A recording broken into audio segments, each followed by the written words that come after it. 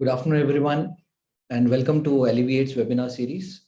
So this is my third talk, and we thought why not discuss, as usual, we concentrate more on ultrasound-guided intervention. So this time around too, the basics we will be discussing.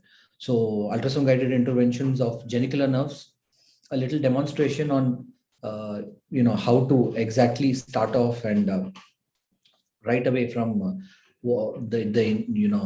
the local anesthesia to what are all you're going to emergency kit you're going to have, and the demonstration of the procedure. And then we will be actually discussing the newer landmarks which will be helpful for you in radiofrequency ablation. Right. This is Dr. Wiquar. I'm a consultant pain physician at Alleviate Pain and Spine Center, Bangalore. I'm a former consultant anesthesiologist at Astra Aadhar, Kolhapur. So ultrasound guided, this is an overview. Basically, we will be discussing about genicular nerve block and a little bit upon, briefly we'll touch upon the landmarks, the extra landmarks other than the conventional landmarks which we use. And then we'll move on to Ssi joint, temporomandibular joint, and then PCL, posterior cruciate ligament. Right. So genicular nerves, as you know that the knee is a very common problem encountered in each of our pain clinics, and the knee is a difficult area to treat because it's supplied by multiple articular nerves, which are branches from the femoral obturator and the sciatic. So basically we target three areas: superomedial, infерomedial, and superolateral, and we spare the inferolateral one because with the fear of the common peroneal being very close to it. So here you can see that this is the superomedial, this is a saphenous nerve basically. Then you have the superomedial nerve and the inferomedial nerve. There are also nerves to vastus. There's also nerves to the vastus medialis, intermedius, and lateralis.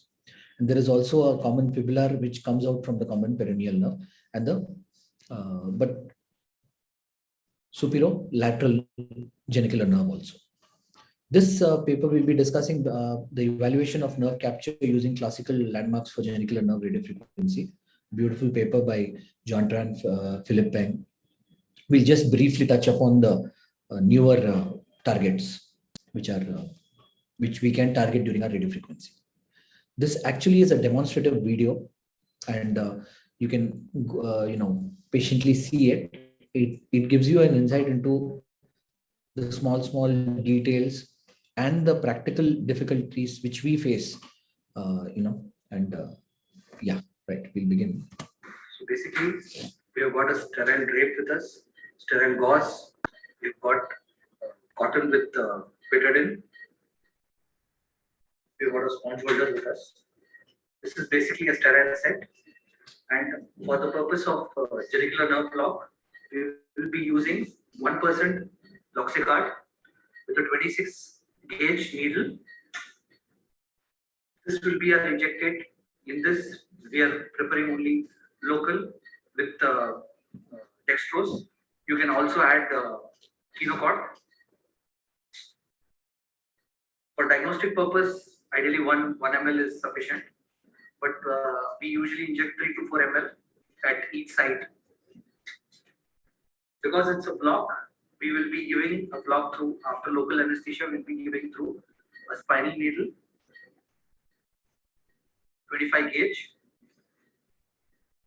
If we are doing an RF, we will be using an RF needle which is actually curved, or a bent needle. It's a 20 gauge needle, insulated, 10 mm active tip. You can see the 10 mm active tip. So basically, the most important thing is you need to be monitoring the patient, and your emergency drugs should all be present. Let it be your laryngoscope, your tube, your emergency drugs, maybe atropine and all you can prepare and keep. Cannula for every patient is mandatory, and O2. In this case nitrous, but O2 is there, and I also always keep a vaporizer. So and the set I've got O2, we have got closed and open circuit, both are present. This is very important in case of any emergency. It doesn't happen every day, but this is very important. And we have draped. This is a sterile, of course, it's for a demonstration purpose. And our targets for genicular nerves will be superior-medial, inferior-medial, inferior-lateral. Inferior-lateral, we are not going to do because there is a common peroneal nerve which can get damaged and patient can have foot rot.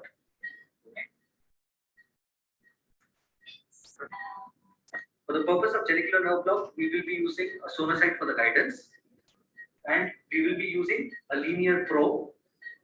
And because this question has been asked multiple times, so probe cover we will be using a sterile probe cover, and this is how you can actually problem. This is how we will be using a probe.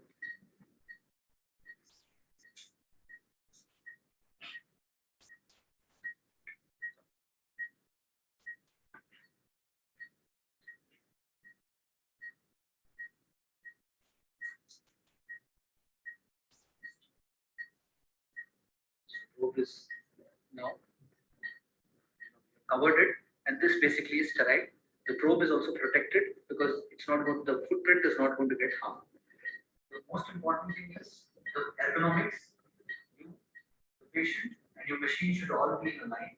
Secondly, you have given a bolster for the knee to be a little flexed. You can ask the patient to actually side so that this area is open and it's easy for the knee. Prior to that, you can also take the jelly and we'll start with the scanning. You can see the joint there.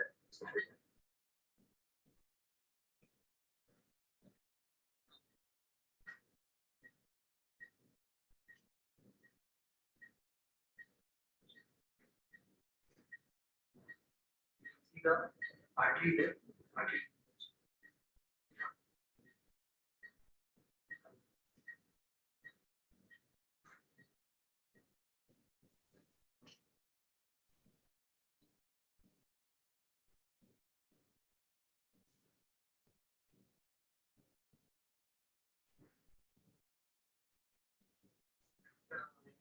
See there very clearly. After that, you focus here. So after that, when you focus that, put a color thing.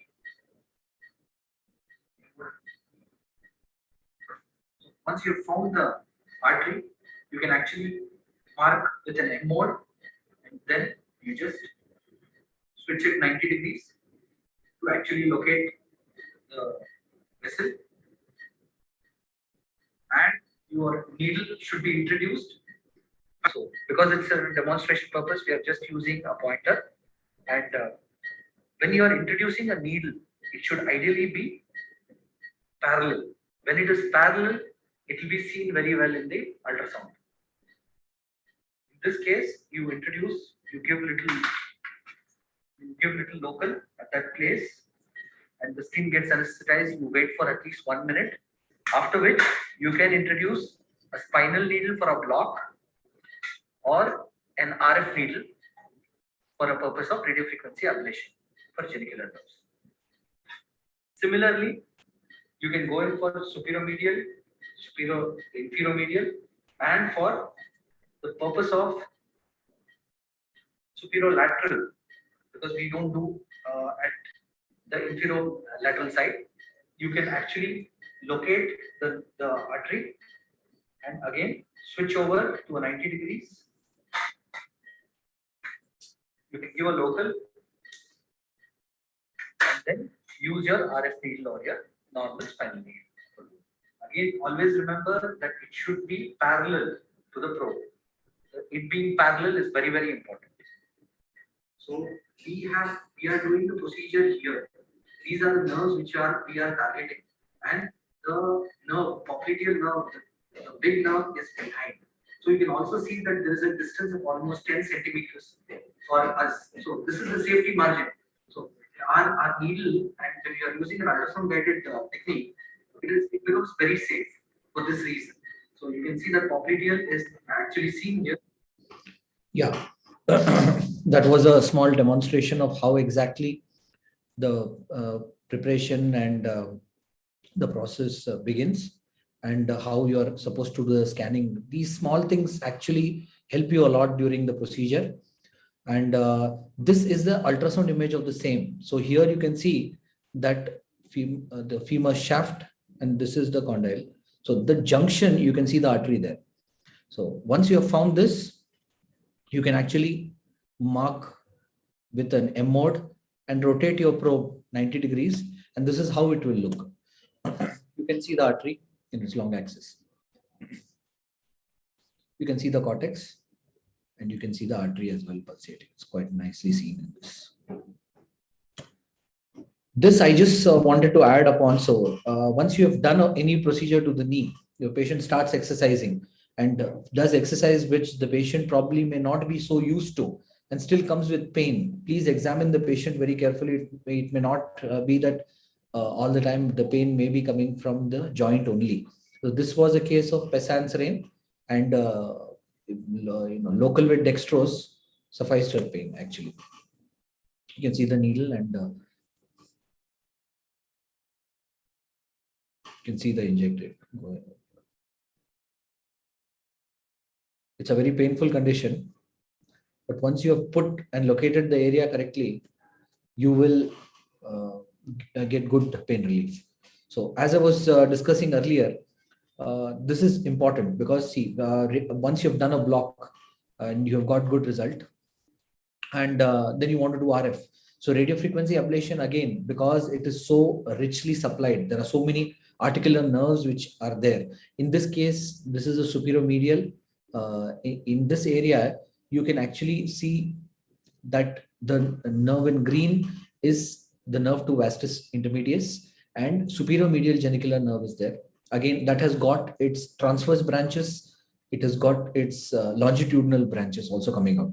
So if the red zone which you see the marker there, that is the conventional area where we do the RF. So if at all you just do there, you may miss out on the other nerves. So ideally what we do at our places, we do stack lesion, we go there because it's a bent needle. You can turn around, you can come a little back and again do 2 or 3 lesions. If you're doing a conventional RF, Coolif is, of course, it gives you that more space. You are able to cover more area with that. And then we also, the blue dotted line which you see there is the adductor tubercle, and we also do a lesion at that area. If you have seen in the first slide which had started with genicular nerve block, you could also see the saphenous nerve and the infrapatellar nerve. So we do also, target the infrapatellar nerve. This time not doing a conventional RF, but we can do a little bit of prolo there, or you can do a pulsed. In this case, again, superior lateral, again, the conventional area where we are doing, these are the two nerves. There is the lateral branch of the nerve to vastus intermedius, and you have got the superior lateral genicular nerve, and those are branching out into superficial and deep branches. Again, transverse branch and longitudinal superficial branches are there. So if at all you're doing it conventionally at one area, you may miss out. So you need to go a little more posterior in this case. Whereas for the infero-medial genicular nerve, ideally the conventional method which we follow, we can go ahead with that. But again, here too, we minimum do at least 2 lesions. Quite painful here, but still 2 lesions we do. So this was about the genicular nerves. And now we'll move on to Ssi joint. Now again, Ssi joint is a large diarthroidal joint, and it is again a synovial joint, which is fibrocartilage on the top, and only the lower end we get in the SI, in the fluoroscopic guided injection. And that is the gold standard to actually detect if the pain is coming from this area. Can be very painful condition, irritating, especially once the patient starts bearing weight. Standing, maybe sitting to standing may be painful. Standing for a long time may be painful. So this joint, again, as we know that the orientation is very different. So this is a conventional fluoroscopic method, how we actually do. We open the joint and give a contralateral oblique and give a little bit cephalic tilt. In this case, you can also see the sacral hiatus. and where you can also give a caudal epidural. But many a times opening the joint and entering the joint may be difficult. So in that case, and one more reason is, see, even the joint of a same individual on both the sides also can be a little different. It is very, very subjective. And here also you can see in the illustrative diagram that the SI joint is, the angulation is very different. So for this reason, we personally, I always prefer, because we do have both with us, and I always prefer getting into the joint with my ultrasound and then checking for, which is very, very important. You cannot just do that. It's also very important to confirm you with dye spread. So this is again a video in which I'm scanning this. What you can see here is the sacral hiatus, sacral cornu. And from here, this is also the area where you can give your caudal. So you just move a little bit superiorly and then make this proper, and then change the orientation of the probe. And you can go ahead with you can of course visualize only till, because the acoustic shadows will take over. So you will be able to only see the needle entry. And after that, you need to confirm it with the fluoroscope. So in this, you can see this is the hiatus. You're moving more laterally. Here you can see the foramen opening up. You further go laterally and up superiorly. You can actually see the joint opening up there beautifully. Of course, this was a very thin patient, so I could actually capture it with our linear probe itself. Otherwise, you mostly have to take your curvy linear probe. You can also make out the posterior ligaments here. Again, SI joint has got a lot of, it's held in place with a lot of ligaments, anterior, sacral ligaments, posterior sacral ligaments, sacrotuberous, sacrospinous. So iliolumbar, these are all very important targets for your prolotherapy also. So once you have actually, diagnosed it, and if you want to go ahead with, because the common causes of SI joint pain is your sacroiliitis, all your spondyloarthropathies, and all this will be associated with it. But instability is also a cause for pain. So if you want to go ahead with the prolotherapy because you're using local with dextrose, you can do that at these levels. These ligaments basically are targeted to increase the stability. This is the injection. You can see that the joint is here. You can see my needle under local guidance. It is under local anesthesia. And this is again a linear probe. You can see the needle.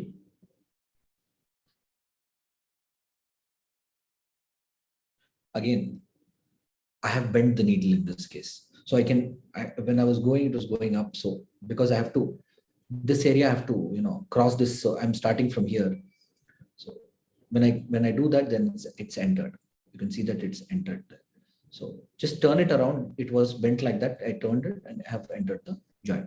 And this is the fluoroscopy confirmation. You can see that there is a little dye coming outside the joint also, but most of it is in, and the whole joint is delineated. Again, temporomandibular joint, which is very important. There are a set of two, and it is an articulation between your temporal region, the mandibular fossa, where the mandible goes and articulates with it. But there is no contact of both these bones together because there is an intra-articular disc present. So because of that, there is no contact of the two bones coming together. Again, richly supplied, and very important is any intervention of your temporomandibular joint.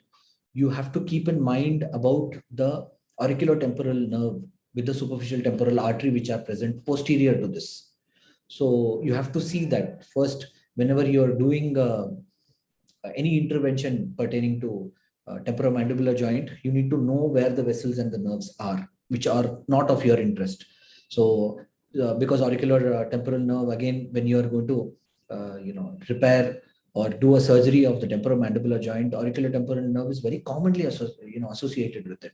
When it is injured, then there is the Fraze syndrome, such parotid surgeries and all. It does happen. wherein the patient is complains of sweating when they are actually consuming food. So in this case again, so temporomandibular joint is again surrounded by multiple ligaments to keep it in place and to help in its movement and stability. So dislocation of this is very common. You can have dislocations, you can have degenerative processes, you can have myofascial pains. These are the common three reasons for the pain coming from the temporomandibular joint. So myofascial, who have that is the reason why patients who have got temporomandibular joint problems, they usually complain of pain, clicking sound, soreness of the area. It can be a headache. You can have otological problems, all because you can see behind that there is the external-auditory meatus is also very close to it. So this consists basically of a fibrous capsule. In this, the articular disc also divides the joint into, it's a synovial joint. It divides it into two halves, two small synovial joints. So this is the fibrous capsule which starts from the articular tubercle of the temporal bone, and it attaches to the mandible below. There is one more is lateral ligament. Sphenomandibular ligament is inside. It joins, and last is your stylomandibular ligament. Again, these are the areas your target for all your prolotherapy. So if you're opting for prolo, this will be the targets with your coronoid process also, because coronoid also gives attachment for the mandible, masseter and temporalis. Sorry. So you have to your probe position will basically for TMJ will be this way initially to target the nerve, so to actually locate the nerve, and the artery will be present, and you just come a little bit more anterior, and that will be the area how you will be giving. Again, for locating coronoid process, the joint, so you medially, the posteriorly you will have the TMJ joint, and anteriorly you will find the coronoid. Again, you have to go out of plane for targeting that area. This is again a prolotherapy into the joint. I've not, the clips are not there for the other targets, but you have to target all these areas. The stylomandibular, which will be posteriorly if you can palpate, and your coronoid, your proper joint. You can see the needle entering the fibrous capsule, goes in, and you can see the injected there. You can see the vessel on the left side.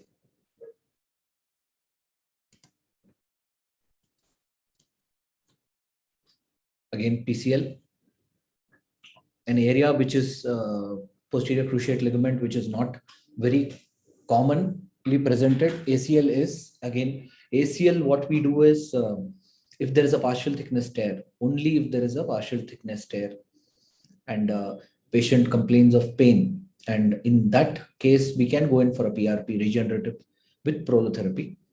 And ACL, in case of ACL, you can actually enter the lower end under ultrasound guidance. But if it is more proximal, the origin area, then you will have to do it under the C-arm guidance only. You do feel a little bit of resistance when you enter that area, but locating the ACL, similarly PCL, is very important for getting good results. So this actually is, you can see that anterolateral area of the medial femoral condyle, it starts and goes to the posterolateral area of the proximal tibia. So this is how the orientation of the PCL is. You can see on the right side the ACL as well. Here you can see that the T there is the tibia. The patient in, there is one more slide where you can see the probe position for this. Again, what you have to do is a scout scan. First, you need to do, before you start off, just mark your vessels. This is also the area which is, your artery is there, your vein is there, your popliteal nerve is there. So it's always better that you mark the areas of how exactly your vein, nerve are passing this area. So it becomes easier, and the probe position is beautifully shown here. So in that case, the PCL is always seen as a hypoechoic region. It is not hyperechoic. What you see above that is the joint capsule, and above that is your gastrocnemius. muscle. In this again, you can see the probe position is a little wrong in this. This is better. In this, you can again see, you can see the gastrocnemius muscle, you can see the joint capsule and the posterior cruciate ligament. This is the video in which the needle will not be seen so clearly. The reason for that is that it is it's not going parallel. We are not going parallel, but you can see the needle when it's coming out. You can see that clearly, and you need to mark it properly. And it's very important of what you are passing through.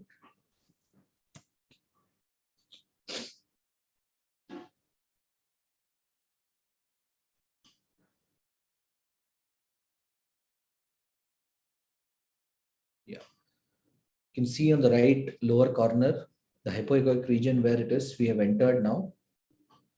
Yeah, now when the needle is going back, you can actually visualize it. See, visualize it. If it's more parallel, it's more clear.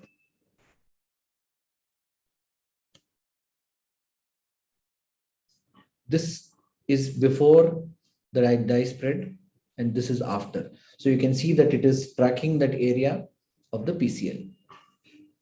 This is a continuous shoot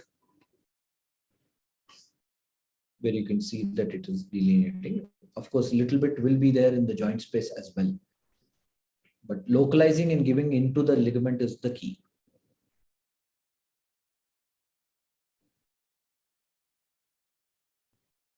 All the topics we have discussed today are topics which are not very, genicular is one thing which is very, very common, but TMJ and all these things can be beautifully treated with the prolotherapy. So stress should be there on because you're using only local with dextrose, and the concept of stability, you give stability to the area. So locating them and precisely placing your needle, even we use a 27 gauge spinal needle. You can apply Prilox gel first, give some time for the patient, because you don't even have to give local after that, and then you can actually localize the areas which you want to deposit your prolotherapy. Let it be for your lower back, SI, your elbow, your knees, your neck. So prolotherapy is one thing which we are commonly doing and getting good results out of it. ACL also, we have got beautiful results for partial thickness tear because we localize the area and then only deposit it within it. I hope the talk was helpful, and anything if you want to convey or any comments are, or any suggestions are appreciated. Thank you.